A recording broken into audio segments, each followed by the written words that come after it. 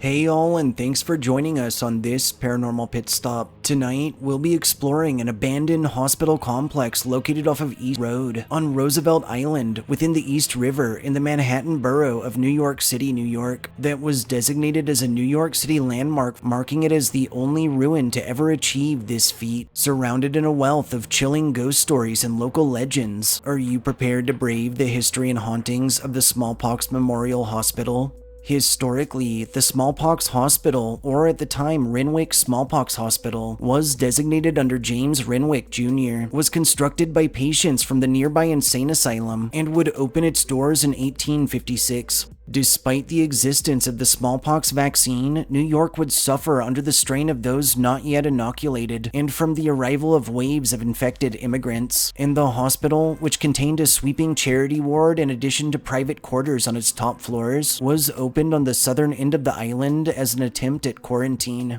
The facility would continue to treat smallpox until 1875, when, due to overcrowding and underfunding, the site would shut down, and the structure put to use under the nearby charity hospital as a nursing school and maternity ward. Within its halls, future nurses would be trained in patient care and general hospital cleanliness over a 2 to 3 year course, with many nurses moving on to charity itself to care for newborns, assist surgeons, or even treat patients in a near full capacity. From 1903 to 1905, in order to better accommodate a rapidly rising student populace, the aged hospital-turned-school would welcome the addition of 2 new wings, which included the Home for the Nurses and the Maternity and Charity Hospital Training School. And in 1957, Charity Hospital would officially close its doors, resulting in the abandonment of both the medical site and of the school, which would slowly fall into disrepair. In 1972, the campus was listed on the National Register of Historic Places. In 1973, the island was renamed as Roosevelt Island. In 1994, the old Charity Hospital building was demolished. And on May 28th of 2009, work was launched on the Franklin D. Roosevelt Four Freedoms Park, with plans including the restructuralization and refurb of the Smallpox Hospital, the installation of a memorial to FDR, and the establishment of a 14-acre public space. While in the present, this weathered ruin is void of roof and floor slabs. With revitalization efforts underway, it has been announced that upon completion, the premises will be open to the public year-round.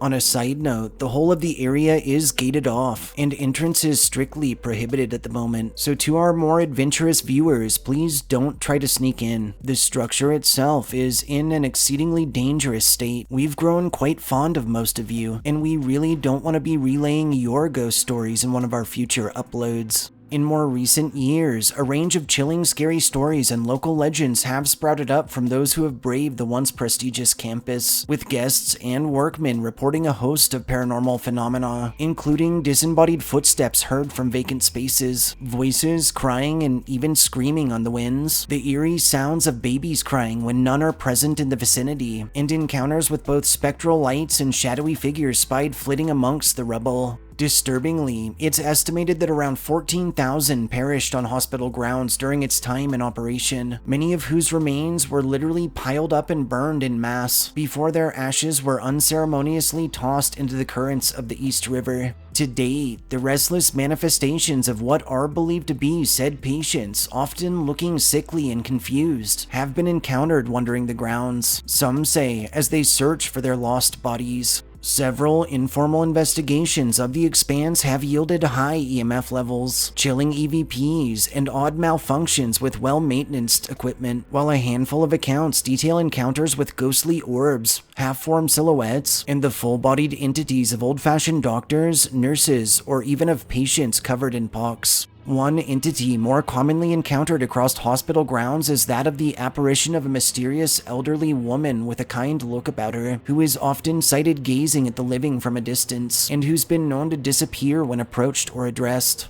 While several speculations exist as to her true identity, some of which paint her as either a significant nurse or possibly the wife of medical staff or of a patient, to date, no enlightening evidence has been uncovered. Lastly, through the Civil War, a number of Union soldiers were shipped to the hospital infected with smallpox, many of whom would never breathe free air again. And the manifestations of several soldiers in garb have been cited about, at times marching around the halls, and at others gazing from upper windows in places where the flooring literally no longer exists.